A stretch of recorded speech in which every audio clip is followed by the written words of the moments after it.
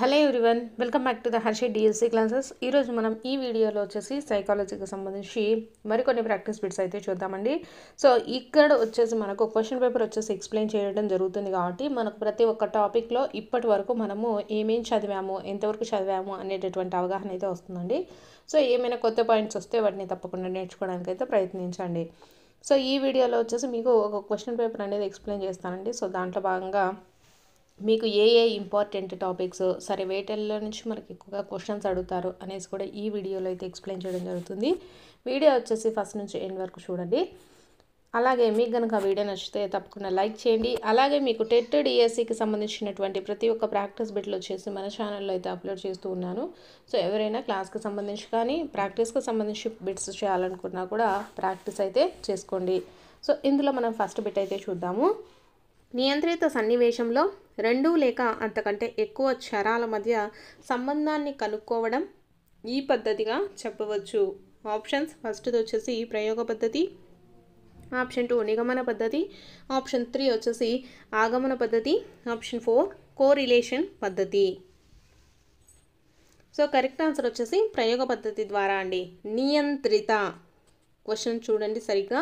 నియంత్రిత సన్నివేశంలో రెండు లేదా అంతకంటే ఎక్కువ క్షరాల మధ్య వచ్చేసి సంబంధాన్ని కనుక్కోవడము ఈ పద్ధతిగా చెప్పవచ్చు అంటే ప్రయోగ పద్ధతి ద్వారా.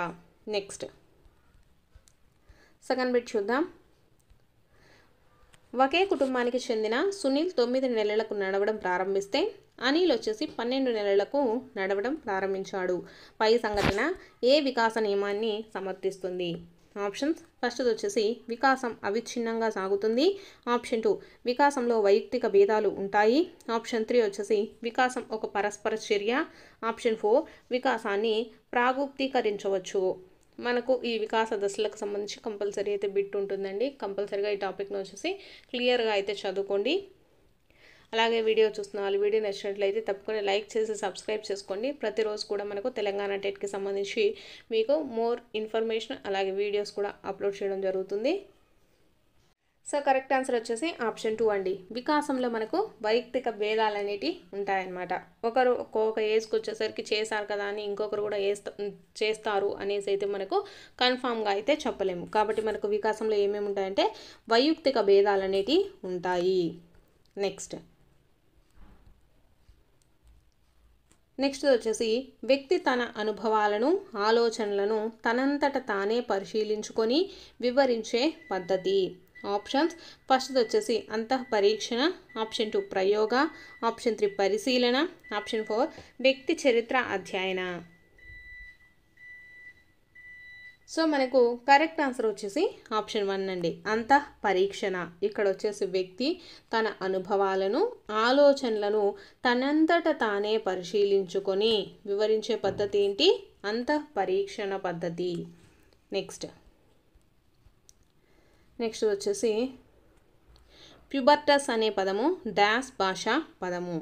ఆప్షన్ ఫస్ట్ వచ్చేసి Greek, option 2 French, option 3 Latin, option 4 Germany.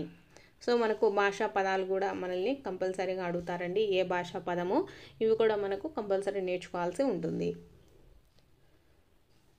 So option వచ్చేసి రైట్ ఆన్సర్ లాటిన్ అండి. ప్యూబర్టస్ అనే పదం వచ్చేసి ఏ భాషా పదము అంటే లాటిన్ పదము. నెక్స్ట్ వచ్చేసి పియాజే ప్రకారము పూర్వ భావనాత్మక వయసు. ఆప్షన్ ఫస్ట్ వచ్చేసి 0 నుంచి 2 సంవత్సరాలు, ఆప్షన్ 2 4 నుంచి 7 సంవత్సరాలు, ఆప్షన్ 3 2 నుంచి 4 సంవత్సరాలు, ఆప్షన్ 4 2 నుంచి 7 సంవత్సరాలు. సో కరెక్ట్ ఆన్సర్ వచ్చేసి మనకు పూర్వ భావనాత్మక వయసు ఎంత అండి? 2 నుంచి 4 సంవత్సరాల వయసు ఉంటుందన్నమాట. నెక్స్ట్ వీటికి సంబంధించి కంటెంట్ క్లాసెస్ కూడా చేస్తానండి. సో ఫస్ట్ వచ్చేసి మీరు ఏ టాపిక్స్లో వస్తున్నాయో చూడండి. వీటికి సంబంధించి కంటెంట్ వీడియోస్ కూడా చేయడం జరుగుతుంది నెక్స్ట్ వీడియోస్లలో. నెక్స్ట్ క్వశ్చన్, ప్రయుక్త ఒకే సమూహంలో వివిధ వయసులో ఉన్న ప్రయోజ్యులను అనేక సార్లు అధ్యయనం చేయు పద్ధతి. ఆప్షన్ ఫస్ట్ వచ్చేసి అనుదైర్ఘ్య ఉపగమం, ఆప్షన్ 2 పరిచ్ఛేదన ఉపగమం, ఆప్షన్ 3 ఏక సమూహ ఉపగమం, ఆప్షన్ 4 భ్రమణ సమూహ ఉపగమం.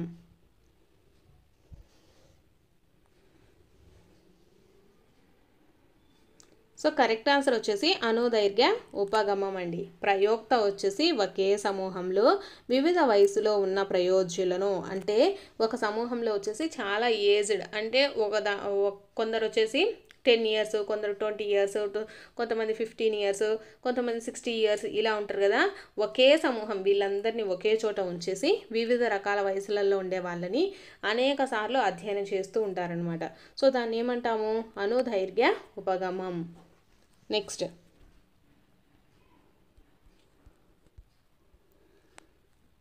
వచ్చేసి గణితములో ప్రతిభావంతుడైన శ్రీనివాస రామానుజన్ వచ్చేసి సైన్స్ మరియు ఇతర విషయాల్లో కూడా ప్రతిభావంతుడిగా ఉంటాడని విశ్వసించే ప్రజ్ఞా సిద్ధాంతం ఏది?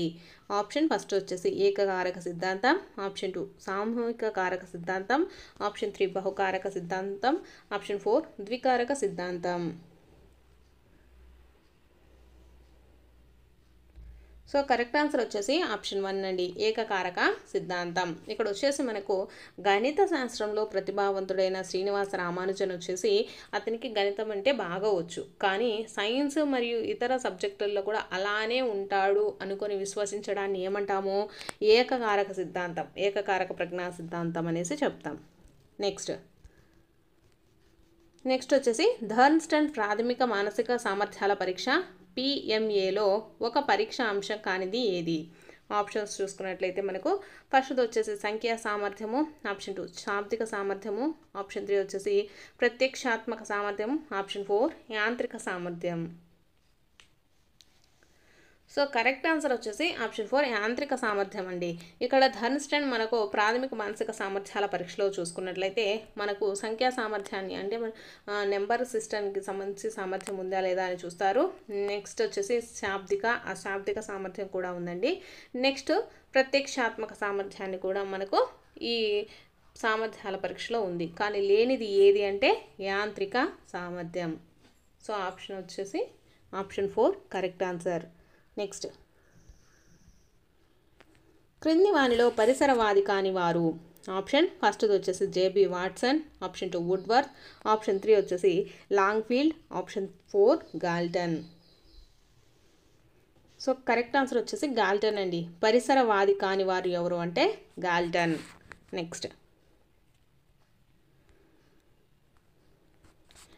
నెక్స్ట్ వచ్చేసి ఒక ఉపాధ్యాయుడు తన ప్రధానోపాధ్యాయునిపై ఉన్న కోపాన్ని తరగతి గదిలోని పిల్లలపై చూపించడం అనేది?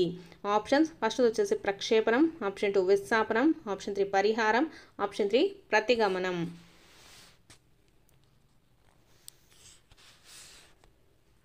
సో మనకి కరెక్ట్ ఆన్సర్ వచ్చేసి విస్థాపనం అండి. ఉపాధ్యాయుడు వచ్చేసి తన ప్రధానోపాధ్యాయునిపై ఉన్న కోపాన్ని తరగతి గదిలోని పిల్లలకు చూపించడం, అంటే ఒకరి మీద ఉన్న కోపం ఇంకొకరి మీద చూపిస్తే దాన్ని ఏమంటాం మనము? విస్థాపనం అనేసి చెప్తామండి. ప్రక్షేపణం అంటే ఏంటంటే మనకు ఇతరులను బాధ్యులు చేయడం, అంటే మనం తప్పు చేసి ఇతరులపైన తోసేస్తాం కదా, దాన్ని మనము ప్రక్షేపణం అనేసి పిలుస్తాము. పరిహారం అంటే ఏంటంటే మనకు వచ్చేసి ఒక ఫీల్డ్లోకి వెళ్ళాలని ఉంది, కాకపోతే మనం ఆ ఫీల్డ్లోకి వెళ్ళలేక వేరే దాంట్లోకి వెళ్తాం కదా, సో దాన్ని పరిహారం అనేసి చెప్తాము. నెక్స్ట్ ప్రతిగమనం అంటే ఏంటంటే ఇప్పుడు పెద్దవాళ్ళు వచ్చేసి చిన్నపిల్లలుగా ప్రవర్తిస్తూ ఉంటారు కదా కొన్ని విషయాలలో, దాన్ని వచ్చేసి ప్రతిగమనము అనేసి పిలుస్తాము. అలాగే ఒకరి మీద ఉండేటటువంటి కోపం ఇంకొకరి మీద చూపిస్తే ఏమంటాము? విస్థాపనం అనేసి చెప్తామండి. సో కరెక్ట్ ఆన్సర్ వచ్చేసి ఆప్షన్ 2. నెక్స్ట్ వచ్చేసి స్వల్పకాలిక స్మృతి. మనకు స్మృతి టాపిక్ కూడా ఇంపార్టెంటే అండి. స్వల్పకాలిక స్మృతి యొక్క కాల వ్యవధి. ఆప్షన్స్ ఫస్ట్ వచ్చేసి 2 సెకండ్లు, ఆప్షన్ 2 20 సెకండ్లు, ఆప్షన్ 3 హాఫ్ సెకండ్, ఆప్షన్ 4 30 సెకండ్లు.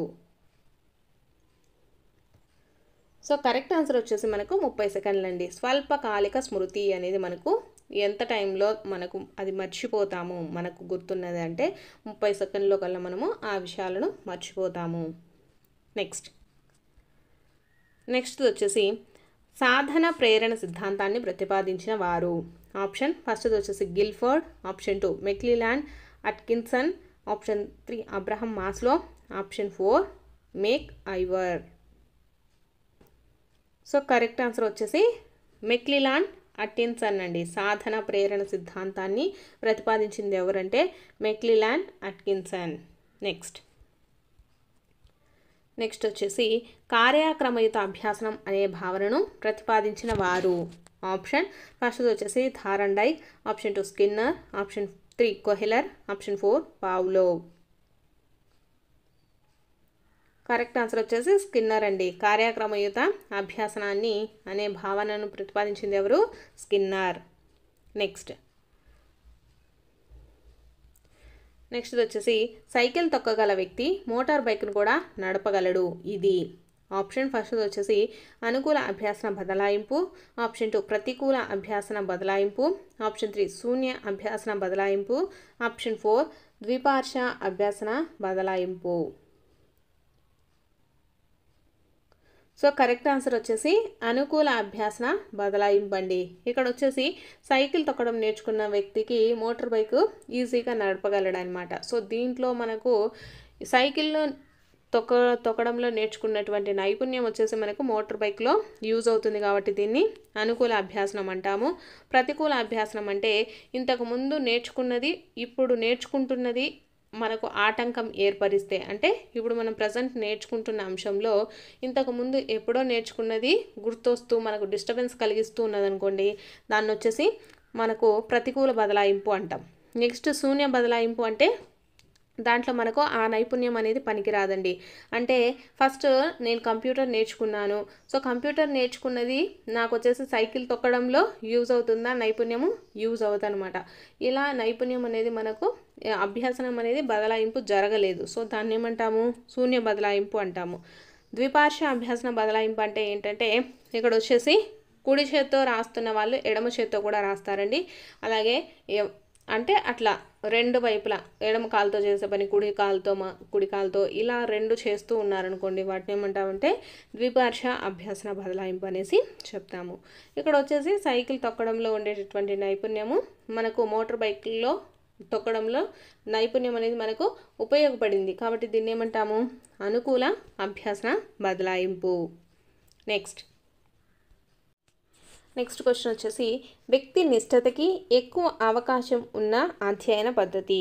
ఆప్షన్ ఫస్ట్ వచ్చేసి అంతఃపరీక్షణ, ఆప్షన్ 2 పరిశీలన, ఆప్షన్ 3 వ్యక్తి అధ్యయన, ఆప్షన్ 4 ప్రయోగ.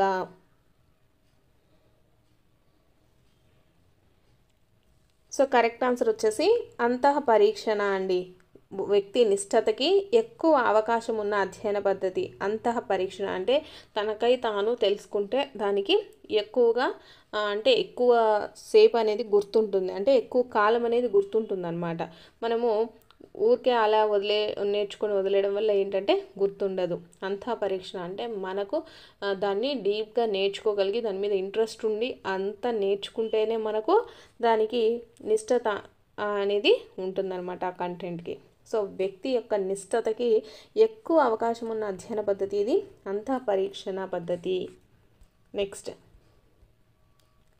నెక్స్ట్ వచ్చేసి శిశువులలో పెరుగుదల హార్మోను కార్టిస్టాల్ సరిగ్గా విడుదల కాకపోతే సంభవించే వైకల్యం. ఆప్షన్ ఫస్ట్ వచ్చేసి మందబుద్ధిత్వం, ఆప్షన్ 2 ప్రజ్ఞాలోపము, ఆప్షన్ 3 మానసిక రుగ్మత, ఆప్షన్ 4 మరగుజ్జుతనము. సో కరెక్ట్ ఆన్సర్ వచ్చేసి ఆప్షన్ 4 అండి. మరగుజ్జుతనం అనేది ఏర్పడుతుంది. శిశువులో వచ్చేసి పెరుగుదల హార్మోను మనకు కార్టిస్టాల్ అనేది సరిగ్గా విడుదల కాకపోతే ఏమవుతుందంటే మరగుజ్జులుగా ఉంటారన్నమాట. నెక్స్ట్ వచ్చేసి ఒక వ్యక్తి తన బలాలను బలహీనతలను గ్రహించగలిగే సామర్థ్యమును డాష్ ప్రజ్ఞ అనొచ్చు. ఆప్షన్స్ ఫస్ట్ వచ్చేసి వ్యక్తంతర్గత ప్రజ్ఞ, ఆప్షన్ 2 వ్యక్తి అంతర ప్రజ్ఞ, ఆప్షన్ 3 సాంఘిక ప్రజ్ఞ, ఆప్షన్ 4 అమూర్త ప్రజ్ఞ. సో కరెక్ట్ ఆన్సర్ వచ్చేసి వ్యక్తి అంతర్గత అండి. ఒక వ్యక్తి యొక్క బలాలు బలహీనతలను ఎవరు తెలుస్తారంటే అంతర్గతంగా ఆ వ్యక్తి ఏంటి అనేది తెలిసిన వాళ్ళకు మాత్రమే మనకు తెలుస్తుందన్నమాట. మనకు బయటికి కనిపించేది ఏంటంటే వ్యక్తంతర అండి. ఇక్కడ బలహీనతలు వచ్చేసి మనకు ఎవరికి కనిపిస్తాయి? ఎవరికంటే వ్యక్తి అంతర్గతంగా వాళ్ళ గురించి క్లియర్గా తెలిసిన వాళ్ళకి మాత్రమే తెలుస్తాయి అన్నమాట. సో ఒక వ్యక్తి యొక్క తన బలాలను బలహీనతలను గ్రహించగలిగే సామర్థ్యం ఏంటి? వ్యక్తి అంతర్గత ప్రజ్ఞ. ఒక కొత్త ఊహను కానీ వస్తువును కానీ ఉత్పత్తి చేసే ప్రక్రియ. ఆప్షన్ ఫస్ట్ది వచ్చేసి ప్రజ్ఞ, ఆప్షన్ 2 సహజ సామర్థ్యము, ఆప్షన్ 3 సృజనాత్మకత, ఆప్షన్ 4 స్వైర కల్పన. సో కరెక్ట్ ఆన్సర్ వచ్చేసి ఆప్షన్ 3 సృజనాత్మకత అండి. ఒక కొత్త ఊహను కానీ వస్తువును కానీ ఉత్పత్తి చేస్తే దాన్ని ఏమంటాము? సృజనాత్మకత అనేసి చెప్తాము. నెక్స్ట్ వచ్చేసి ఒక వ్యక్తి అఘాతానికి గురి అయినప్పుడు గత జీవితాన్ని మర్చిపోయి వేరో ప్రదేశానికి వెళ్ళి కొత్త జీవితాన్ని ప్రారంభించడాన్ని ఇలా అంటారు. ఆప్షన్ ఫస్ట్ది వచ్చేసి దమనము, option 2 amnesia, option 3 fugue, option 4 అవరోధము. సో కరెక్ట్ ఆన్సర్ వచ్చేసి ఫ్యూగ్ అండి. ఒక వ్యక్తి వచ్చేసి అఘాతానికి గురి అయినప్పుడు, అంటే ఏమైనా యాక్సిడెంట్స్ ఇలాంటివి జరిగినప్పుడు వాళ్ళు వచ్చేసి వాళ్ళ గతాన్ని మర్చిపోతూ ఉంటారు కదా, మర్చిపోయి వాళ్ళు వేరే ప్రదేశానికి వెళ్ళి కొత్తగా జీవిస్తూ ఉంటారనమాట. సో అలాంటి దాన్ని ఏమంటామంటే ఫ్యూగ్ అనేసి పిలుస్తాము. నెక్స్ట్ దత్తాంశ సమూహానికి ప్రాతినిధ్యం వహించే విలువను ఇలా అంటారు. ఆప్షన్ ఫస్ట్ వచ్చేసి కేంద్రీయ ప్రవృత్తి మాపనము, ఆప్షన్ 2 పౌనఃపున్యము, ఆప్షన్ 3 తరగతి అంతరం, ఆప్షన్ 4 వ్యాప్తి. సో కరెక్ట్ ఆన్సర్ వచ్చేసి ఆప్షన్ 1 అండి, కేంద్రీయ ప్రవృత్తి మాపనము. దత్తాంశ సమూహానికి వచ్చేసి ప్రాతినిధ్యం వహించే విలువలను ఏమంటాము అంటే కేంద్రీయ ప్రవృత్తి మాపనం. నెక్స్ట్ మానసిక వయసు అనే పదాన్ని మొదట పరిచయం చేసిన వారు. ఆప్షన్ ఫస్ట్ వచ్చేసి Thorndike, option 2 Alfred Binet, option 3 Guilford, option 4 Thurstone. So correct answer వచ్చేసి ఆల్ఫ్రెడ్ బినే అండి. మానసిక వయసు అనేటటువంటి పదాన్ని మొదట పరిచయం చేసింది ఎవరు అంటే ఆల్ఫ్రెడ్ బినే. నెక్స్ట్ క్వశ్చన్ వచ్చేసి కింది దశ పూర్ణ సంజ్ఞానాత్మక వికాస సిద్ధాంతంలో భాగం కాదు. ఆప్షన్ ఫస్ట్ వచ్చేసి క్రియాత్మక దశ, ఆప్షన్ 2 వచ్చేసి చిత్ర ప్రతిమ పద్ధతి, ఆప్షన్ 3 విశ్లేషణాత్మక పద్ధతి, ఆప్షన్ 4 ప్రతీకాత్మక పద్ధతి. సో కరెక్ట్ ఆన్సర్ వచ్చేసి ఆప్షన్ 3 అండి, విశ్లేషణాత్మక పద్ధతి. క్రింది దశలో బ్రూనర్ సంజ్ఞానాత్మక వికాస సిద్ధాంతంలో భాగం కానిది ఏది అంటే విశ్లేషణాత్మక పద్ధతి. నెక్స్ట్ నేర్చుకోవడంలో పిల్లలు ఎలా వెనుకబడతారు? పుస్తక రచయిత ఎవరు? ఆప్షన్ ఫస్ట్ వచ్చేసి జాన్ హాల్ట్, ఆప్షన్ 2 వచ్చేసి John Dewey, option 3 Makarenko, option 4 A S Neill. Correct answer వచ్చేసి జాన్ హాల్ట్ అండి. నేర్చుకోవడంలో పిల్లలు ఎలా వెనుకబడతారు అనేటటువంటి పుస్తక రచయిత ఎవరు అంటే జాన్ హాల్ట్. నెక్స్ట్ వచ్చేసి క్రింది వానిలో విద్యార్థి కేంద్రీకృత పద్ధతి కానిది. ఆప్షన్ ఫస్ట్ వచ్చేసి ప్రదర్శన పద్ధతి, ఆప్షన్ 2 సమస్య పరిష్కార పద్ధతి, ఆప్షన్ 3 అన్వేషణ పద్ధతి, ఆప్షన్ 4 ప్రకల్పన పద్ధతి.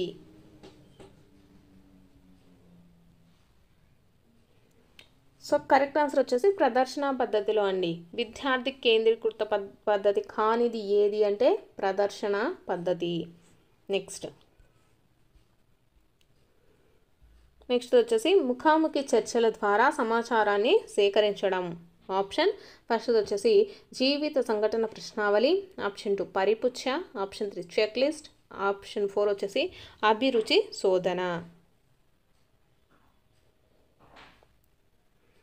సో కరెక్ట్ ఆన్సర్ వచ్చేసి పరిపుచ్చ అండి. ముఖాముఖి చర్చల ద్వారా సమాచారాన్ని సేకరించడాన్ని ఏమంటామంటే పరిపుచ్చ అనేసి పిలుస్తాము.